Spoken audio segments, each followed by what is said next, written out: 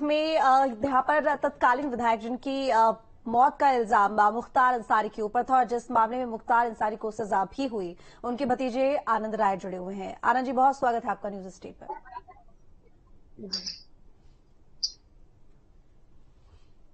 आनंद जी, मेरी आवाज मिल रही है आपको? जी जी, आवाज आ रही है आपकी। आनंद जी, मुख्तार अंसारी, जाहिर है कि मुख्तार अंसारी की कल रात मौत हो गई है और एक बहुत लंबी लड़ाई और बहुत लंबा संघर्ष रहा है आपके परिवार का। क्या कुछ कहना चाहेंगे इस मामले में? देखिए, सर्वप्रथम तो कहना चाहूंगा कि भगवान के घर अंधेर है, अंधेर नहीं, एक आतंक का अंत हुआ है जी। अब 2005 से हम लोग अब तक संघर्ष करते आ रहे थे। आज भगवान को क्षमा मिला है और ये जो प्रांत अपराधी था इसके तो कम से कम 50-60 मुकदमे थे, जिसमें 20 से 25 मुकदमों से केवल हत्या, बाकी मुकदमे अपहरण, फिरौती, तमाम इस तरह के मुकदमे थे। राज्य क्षेत्र में गाजीपुर मोहम्मदाबाद में बधाई का कांटा लगा हुआ है। लोग बस दिवाली के रूप में आज का दिन मना रहे हैं। पूर्व की सरकारों के साथ अपराधी बना हुआ था जी। 1988 से लेकर 2022 तक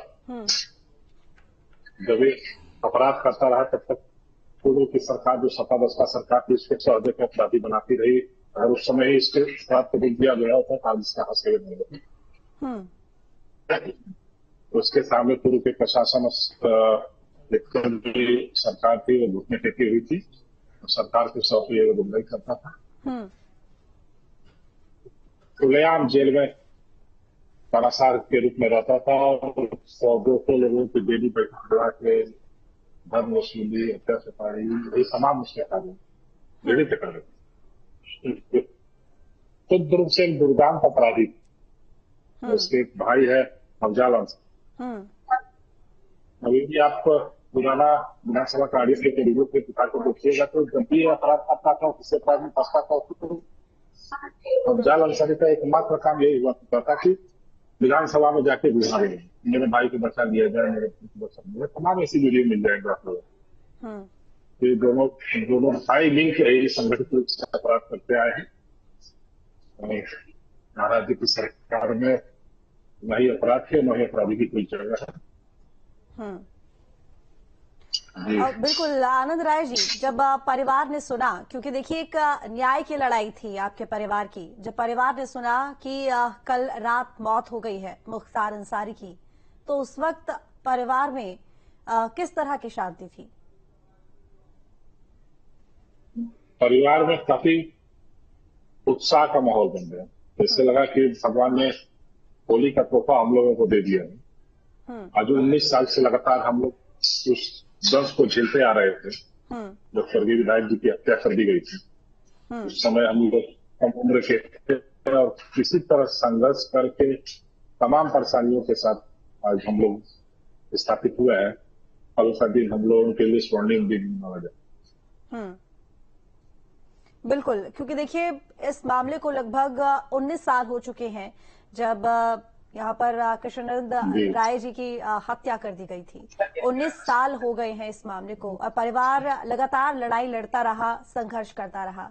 अब आपको क्या लगा जब ये पूरी वारदात हुई, उसके बाद आपकी लड़ाई शुरू हुई, आपके परिवार का संघर्ष शुरू हुआ? उस वक्त बड़ा मुश्किल था मुख्तार अंसारी के खिलाफ खड़े होना, लड़ाई करना।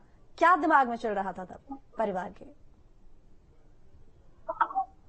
तो कैसी आपदा हम लोग के ऊपर आ गई थी कि हम लोग को विश्वास नहीं हो रहा था कि हम लोग परिवार में कोई ऐसी घटना घट गई। लेकिन हम लोगों ने संगठित होकर उस संघर्ष को बढ़ा है और कह सकते हैं कि आज के दौर में हम लोगों ने उस संघर्ष को विजय प्राप्त की। बहुत बुरे दिन देखे हम लोगों ने गांधी की हत्या के बाद। तमाम धमकियां देना, हमारे परिवार में 2 गवाह करने में, उनके बच्चों को धमकाना, कोई बेंगलोर पढ़ता था, कोई दिल्ली पढ़ता था, वहां तक धमकी देना, तमाम ऐसी घटना थी। लेकिन उसके बावजूद हम लोग झेलते रहे और संघर्ष करते रहे। ये मन में निश्चय कर लिया तो शायद जो कुछ हो जाएगा ये लड़ाई हम लोग को लड़नी है। चलिए ठीक है। भगवान तो आज भगवान का आशीर्वाद के रूप में ये सूचना हम लोगों को मिली। चलिए ठीक है आनंद जी, बहुत शुक्रिया आपका न्यूज स्टेट के साथ में जुड़ने के लिए। तो आपको बता दें किशनानंद राय जिनकी हत्या कर दी गई थी मुख्तार अंसारी के द्वारा, और उनकी हत्या के मामले में मुख्तार अंसारी को सजा भी सुनाई गई थी। उनके भतीजे हमारे साथ में जुड़े हुए थे आनंद राय, और उन्होंने बताया कि किस तरीके से उन्होंने ये न्याय की लड़ाई लड़ी है, और अब जब आखिर मुख्तार अंसारी की मौत हो गई तो उनके परिवार को किस तरह की खुशी अनुभव हुई है, वो खुशी उन्होंने साझा की। आगे बढ़ेंगे। माफिया मुख्तार अंसारी को उसके घर के पास ही बने कालीबाड़ी कब्रिस्तान में दफन किया जाएगा। माना जा रहा है कि रात तक मुख्तार का शव उसके घर पहुंचेगा और उसके बाद सुपुर्द खाक किया जाएगा। इस वक्त हम मौजूद हैं कालीबाग कब्रिस्तान में, जहां पर मुख्तार अंसारी को सबूते खाक किया जाएगा। देखिए उसके लिए जो मिट्टी जो है वो खोदी जा रही है। ये कब्रिस्तान जो है वो मुख्तार अंसारी के आवास से करीब 600 मीटर की दूरी पे है, जहां पर आज उन्हें सबूते खाक किया जाएगा। देखिए ये अहम इसलिए भी है क्योंकि यहाँ पर उनके पिता जो हैं उनकी जो कब्र है वो है, इसके अलावा उनकी जो माता रबिया बेगम है उन्हें भी यहीं पर सबूते खाक किया गया था, और ठीक उसके बगल में जो मिट्टी है वो खोदी जा रही है। हम तस्वीरें आपको दिखा रहे हैं किस तरीके से जो काम है वो तेजी से किया जा रहा है, क्योंकि देर रात जो है वो मुख्तार अंसारी को यहाँ पर सबूते खाक किया जाएगा, और इसको लेकर तैयारियां जो है वो सुबह से चल रही थी, और अब जो मिट्टी है वो यहाँ से हटाई जा रही है।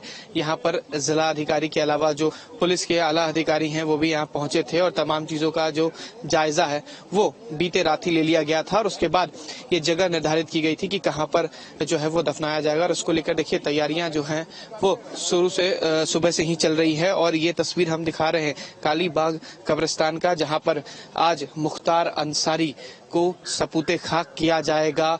पोस्टमार्टम के बाद सीधा एसटीएफ की जो टीम है वो मुख्तार अंसारी के शव को सीधा गाजीपुर लेकर आएगी, और गाजीपुर पर उनका जो आवास है वहां से करीब 600 मीटर की दूरी पर यह कब्रिस्तान है, जहां पर उन्हें सबूते खाक किया जाएगा। हम ये तस्वीर दिखा रहे हैं किस तरीके से जो मिट्टी है वो खोदी जा रही है। महज 600 मीटर की दूरी पर जो है ये कब्रिस्तान है, और इस कब्रिस्तान को लेकर कई बातें जो हैं वो चर्चित हैं, क्योंकि यहाँ पर उनके पिता और माता दोनों का जो है वो कब्र है। ऐसे में ये माना जा रहा था कि मुख्तार अंसारी की जो कब्र है वो यहीं पर खोदी जाएगी, मिट्टी जो है खोदी जाएगी। ठीक उनके पिता के कब्र के बगल में जो है वो मिट्टी खोदी जा रही है।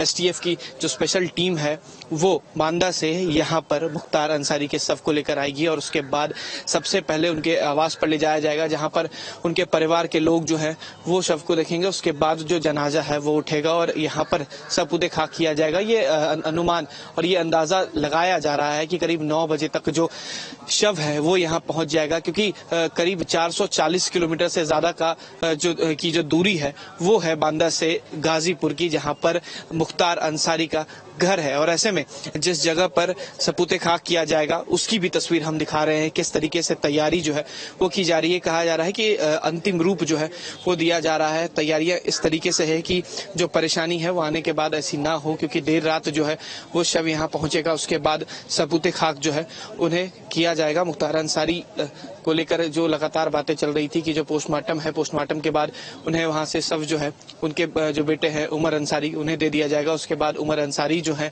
पुलिस के साथ एसटीएफ की जो यूपी पुलिस की जो एसटीएफ है यानी कि स्पेशल टास्क फोर्स है वो शव को लेकर यहाँ पहुंचेगी। करीब 23 गाड़ी का जो कॉन्वे है वो आने वाला है, और सबसे पहले उनके घर पर जाएंगे, और घर के बाद जो करीब 600 मीटर की दूरी पर ये जो कब्रिस्तान है वहां पर उन्हें सबूते खाक किया जाएगा। Video journalist Satyendra Kumar